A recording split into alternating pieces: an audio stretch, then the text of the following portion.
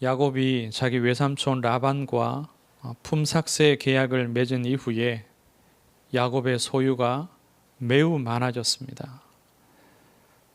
30장 43절에 보니까요, 매우 번창하여 양떼와 노비와 낙타와 나귀가 많았더라. 양과 염소떼뿐만이 아니라 그것들을 돌볼 사람들과 또 음식을 실어 나르고 짐을 실어 나를 낙타와 나귀까지 많아졌다는 말씀을 하고 있습니다. 야곱의 것들 중에 특히 이제 튼튼한 가축들이 야곱의 것이 되었습니다. 약한 것들은 라반의 것이 되었고요. 그러던 어느 날 야곱이 라반의 아들들, 그러니까 자기 사촌들의 말을 듣게 됩니다. 우리 아버지의 소유를 야곱이 다 빼앗았다. 우리의 아버지의 소유로 말미암아 이 모든 재물을 모았다. 이것은 어떤 면에서는 과장이기도 하지요. 정당한 계약을 맺고 야곱이 이렇게 하나님의 복을 받아서 그 소유가 많아졌는데, 그것을 마치 야곱이 어떤 속임수로 자기 아버지의 소유를 빼앗은 것처럼, 속여서 훔친 것처럼 그렇게 말을 하고 있습니다.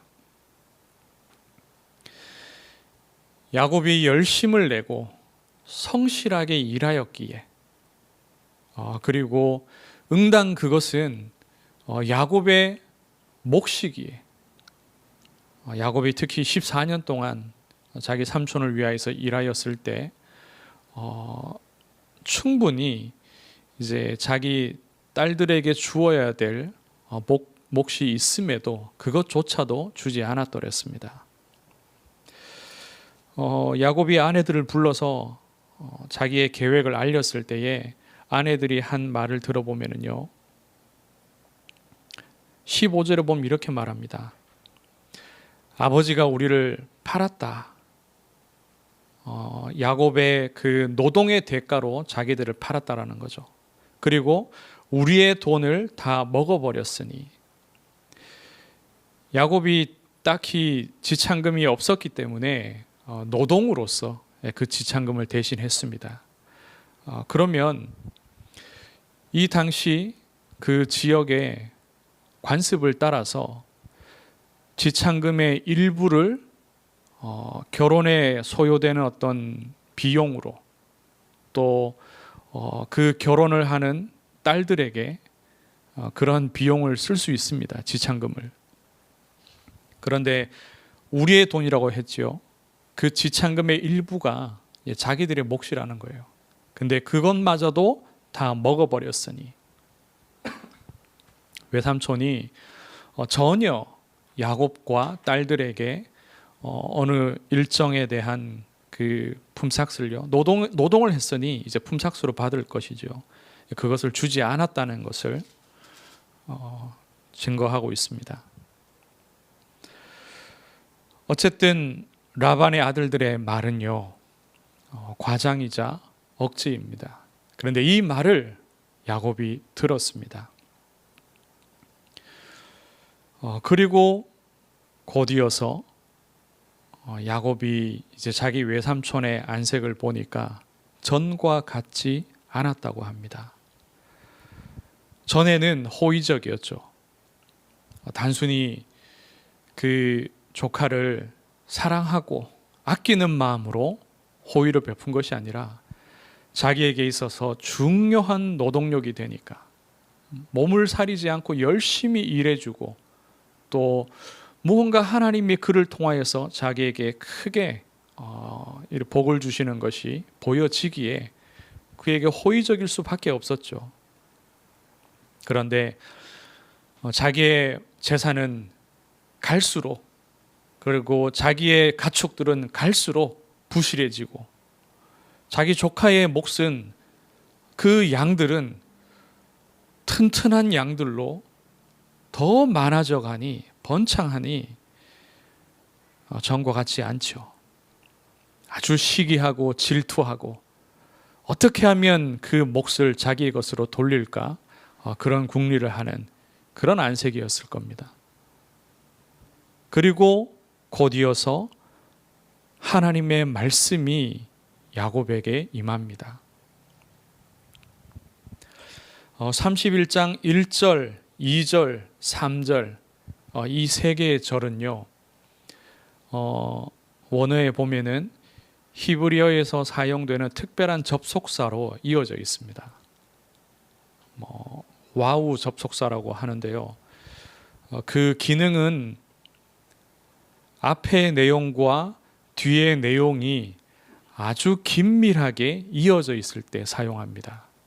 그래서 앞에 일이 일어나고 그 일 이어서 그대로 이어져서 곧이어서 그 다음 사건이나 일이 일어날 때 요 접속사를 씁니다.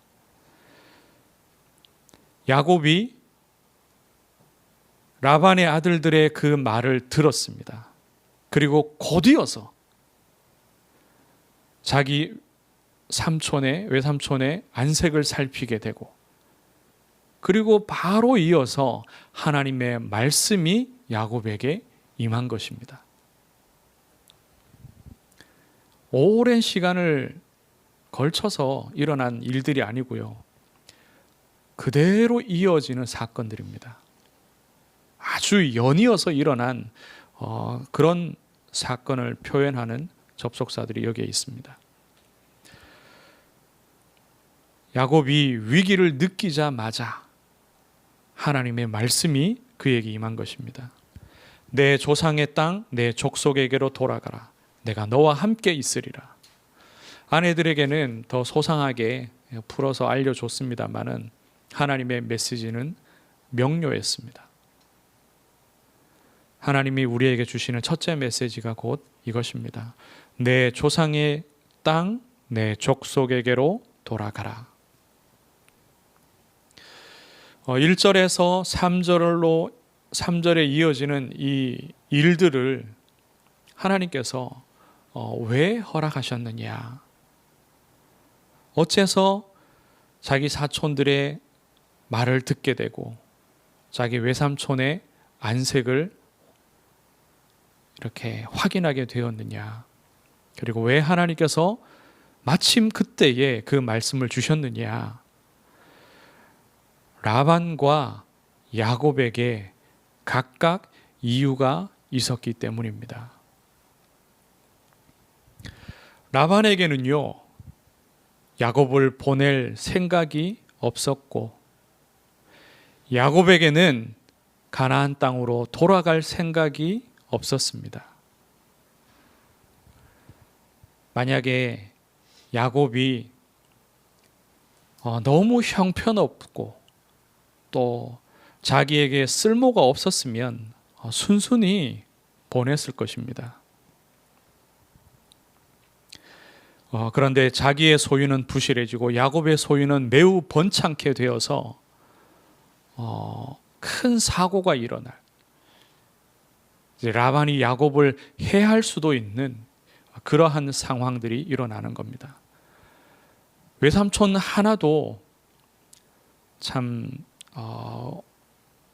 어찌 보면은 위기의식을 가지고 이렇게 봐야 되는데요, 그 외삼촌의 아들들도 자기 사촌들도 그 성향이 똑같습니다. 그들의 말을 들어봤을 때 야곱이 더 있을 수 없는 상황으로 하나님께서 만드시는 거죠. 그리고 야곱 본인에게도요, 가나안 땅으로 돌아갈 마음이 없습니다. 우리도 그렇죠. 장사가 잘 되고 사업이 잘 되고 자기 직장에서 승진의 가도를 달리면 매일 드는 생각은요, 내가 이렇게 성공하였구나, 내가 이렇게 부하여졌구나, 내 것이 이렇게 늘었구나. 그래서 매일 그 육신의 성공으로 말미암아서 기분이 좋고 행복하고 매일 그 생각만을 할 뿐입니다. 분명히 하나님께서 처음 이 하란에 오기 전에 이미 하나님께서 말씀들을 주셨더랬습니다. 그 말씀을 가지고서 이 땅에 왔으나 20년이 지나도록 야곱의 마음에 가나안 땅에 대한 간절한 마음이 그에게 있지 않았습니다. 아내를 얻는 것에 집중하였고 자기의 집을 세우는 데에 야곱의 마음이 가득하였습니다. 그래서 하나님께서 매우 번창케 하시고 그리고 라반과 그 아들들에게 야곱에 대한 시기와 질투가 그리고 심지어는 해하려는 마음까지도 가득하게끔 만드신 겁니다. 야곱이 이러한 상황 속에서 하나님의 말씀을 들은 이후에 이제 계획을 세우죠.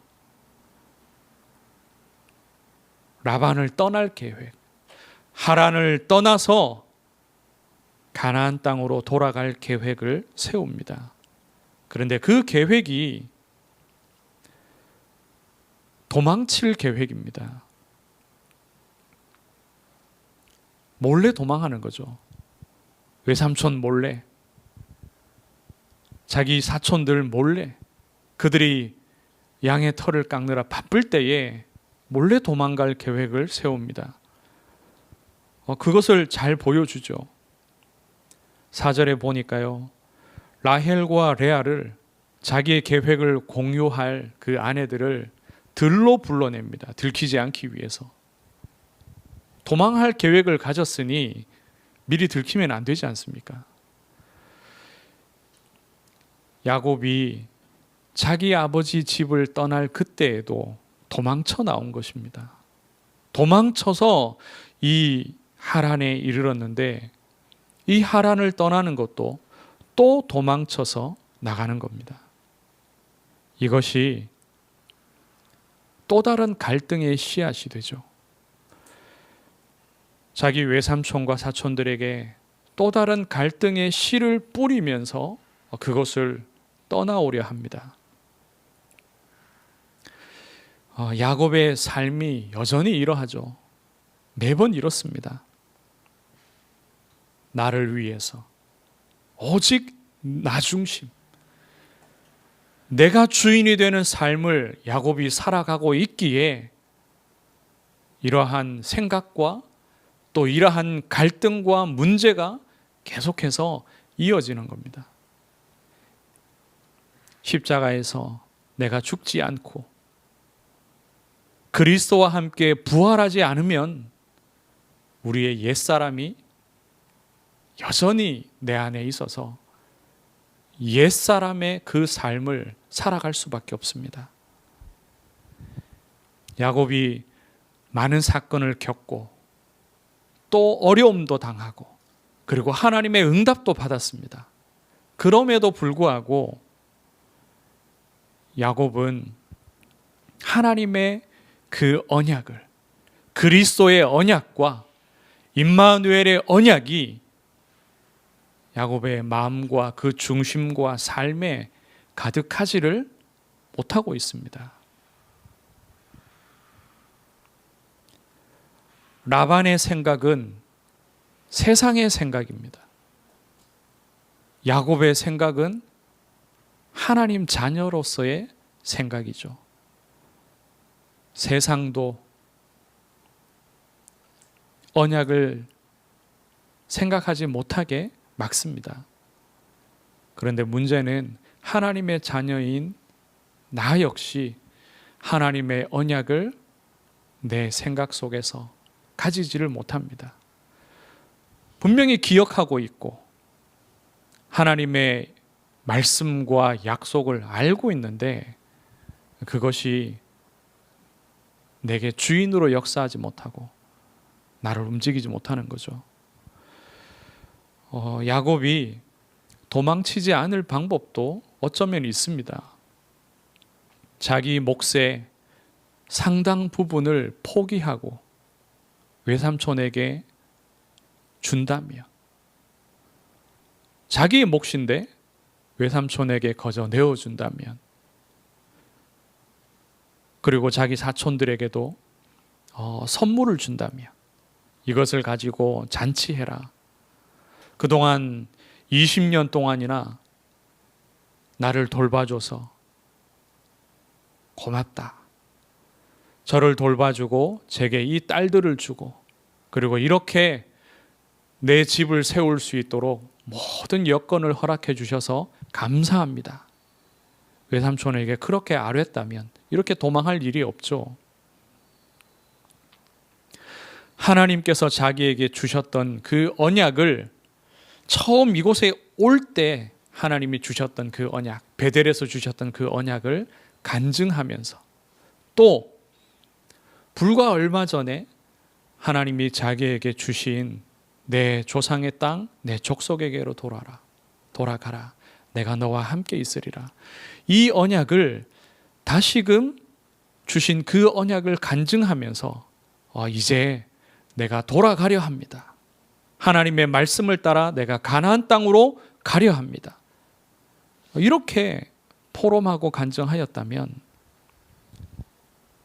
절대로 도망할 일이 없지 않겠습니까? 이것이 진짜 하나님의 자녀가 전도자로서, 이 땅에서 전도자로서 해야 될 캠프입니다. 야곱이 하란을 떠나죠. 외삼촌 집을 떠납니다.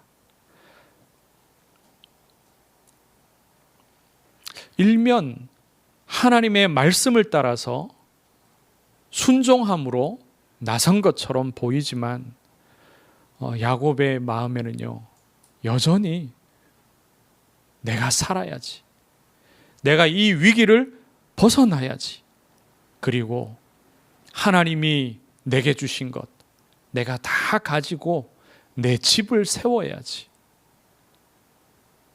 그리고 어쩌면은 미리 계획했을 수도 있습니다. 내가 가나안으로 돌아가면은 반드시 내 형을 만날 텐데 내가 충분히 선물을 줘야지. 그러려면 내가 이만큼 다 가져야 돼. 아마 그런 계산들을 충분히 할 수 있습니다. 야곱이 도망한 그것이 바로 그런 증거입니다. 하나님이 정말로 자기와 지금까지 함께 하셨던 그것이 정말로 사실로 믿어지고 하나님의 은혜임을 그가 고백을 한다면 이 외삼촌 집을 나서기 전에 얼마든지 떼어주고 나눠주고 또 자기 몫을 포기하면서까지 하나님이 하신 일을 간증할 수 있었을 겁니다. 야곱이 여전히 자기 체질대로 자기에게 각인되어진 그 상처대로 그렇게 행동하고 있는 모습을 우리가 볼 수 있습니다. 하나님의 말씀은 분명합니다. 내 조상의 땅, 내 족속에게로 돌아가라. 그리고 또한 말씀하십니다. 내가 너와 함께 있으리라. 내가 너와 함께 있으리라. 이 사건 속에서 하나님이 어떻게 야곱과 함께 해 주셨느냐? 야곱은 늘 투쟁하고 그리고 속이고 도망하는 삶을 살아가고 있습니다. 야곱이 외삼촌을 속이고 또 자기 사촌들을 속이고 몰래 도망치죠. 그런데 야곱이 가장 사랑하는 아내 라헬은요, 자기 아버지를 속이고 몰래 훔치고 도망칩니다. 뭘 훔쳤냐? 아버지의 우상 드라빔을 몰래 훔쳐서 가지고 나갑니다.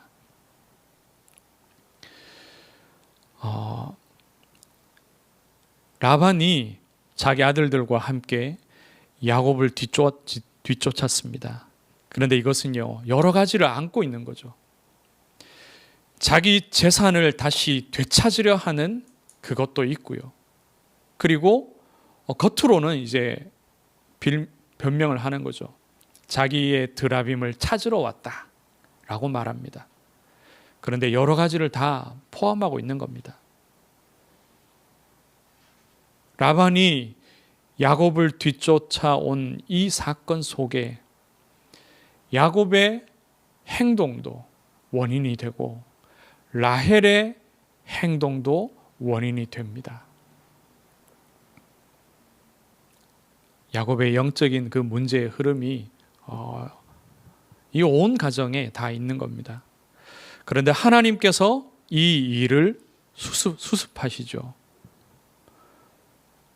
라반을 먼저 막으십니다. 24절에 보니까 31장 24절에 하나님께서 라반에게 밤에 꿈에 나타나셨습니다. 라반의 꿈에. 그래서 선악간에 말하지 말라. 선이든 악이든 무엇에 대하여서든 너는 야곱에게 대하여서 말하지 말라고. 아무 판단도 정죄도 하지 말라고 하나님께서 미리 말씀하십니다. 그리고 또한 야곱을 위하여서 라헬이 그 드라빔을 훔친 이것에 대하여서 하나님께서 허물이 잡히지 않게끔 라헬이 들키지 않게 하셨습니다. 하나님이 이것을 드러낼 수도 있었고, 그래서 그 결과 라헬이 그 앞에서 죽임을 당하게 하실 수도 있었습니다. 그 드라빔을 도둑질한 사람은 죽으리라고 말했거든요. 야곱이 자기 외삼촌 앞에서 정말로 당당하게 당신의 드라빔을 가져간 이가 없다고 그렇게 말하였습니다. 그래서 그 앞에서는 하나님께서 드러나지 않게 하셨지만 이제 나중에 베냐민을 낳은 그때에 하나님께서 라헬의 생명을 거둬가시죠. 우상에까지 손을 대고 우상을 의지하는 그 영적인 흐름을 야곱의 가정 가문에 남겨두지 않으시려고 하나님이 또한 그렇게 마지막까지 일을 하십니다. 그리고 이 사건에 대하여서 이제 야곱과 외삼촌과 또 그 사촌들이 증거의 돌기둥을 세우게 하십니다. 그것을 세워서 야곱과 라반 사이에 끝맺음을 확실하게 하나님께서 맺어주십니다. 야곱은 자기를 위하여서 그리고 자기 집을 세우기 위하여 비겁하게 하나님 자녀다운 모습으로 하지 못하고 그렇게 도주합니다. 그렇지만 하나님께서는 야곱과 함께 하셔서 야곱을 위하여서 모든 일들을 수습해 주시고 또 야곱의 허물을 덮어 주시고 다시는 혹시라도 외삼촌이 야곱을 쫓아오거나 또 전혀 해하지 못하도록 마무리까지 하나님께서 다 맺어주십니다.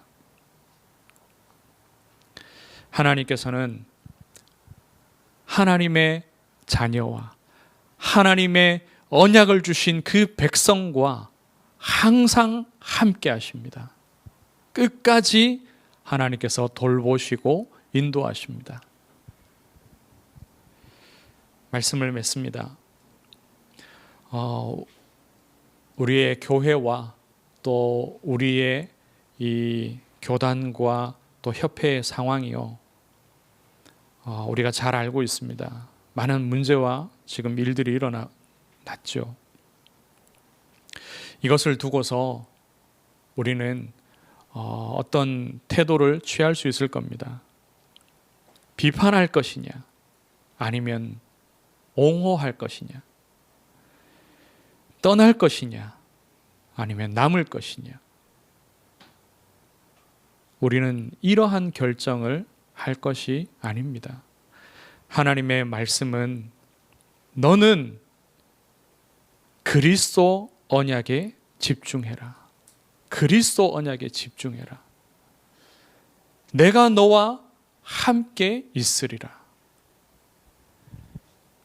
야곱의 생각은 자기가 경쟁하여 이기고 형 에서에 대하여서 또 자기 외삼촌에 대하여서 경쟁하여 이기는 것에 있었고, 그리고 언제나 내 집을 세울까?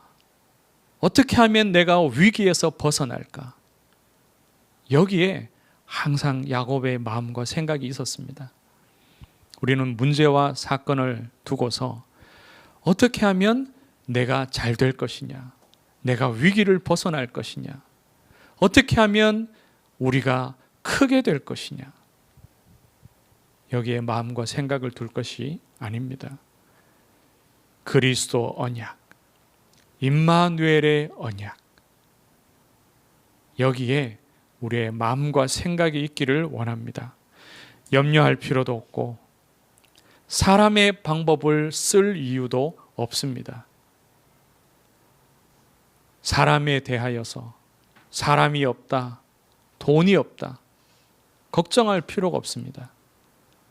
우리의 자녀에 대하여서도 전혀 걱정할 이유가 없습니다. 우리의 몫을 내어줄지라도, 세상의 비판을 받을지라도 하나님께서는 당신의 일을 위하여서, 언약의 성취를 위하여서 다 채우실 것이요, 허물을 덮으실 것이요, 하나님의 영광을 구하게 하실 줄로 믿습니다. 말씀대로 성취 응답 누리기를 주의 이름으로 축원합니다. 하나님, 은혜를 감사합니다. 많은 일들과 사건과 또 만남들 속에서 하나님, 우리의 마음과 생각은 오로지 하나님이 주신 언약에 있도록 역사하여 주시옵소서. 성령으로 우리를 메시고 우리의 마음과 생각을 다스려 주시옵소서. 오직 그리스도 누리고 이 그리스도의 복음을, 이 천국 복음을 모든 민족에게 증언하는 이 일에 우리의 중심이 있게 하여 주시고 우리와 항상 함께 하시며 우리를 다스리시고 인도하시는 하나님께 감사케 하옵소서. 살아계신 예수 그리스도의 이름으로 기도드리옵나이다. 아멘.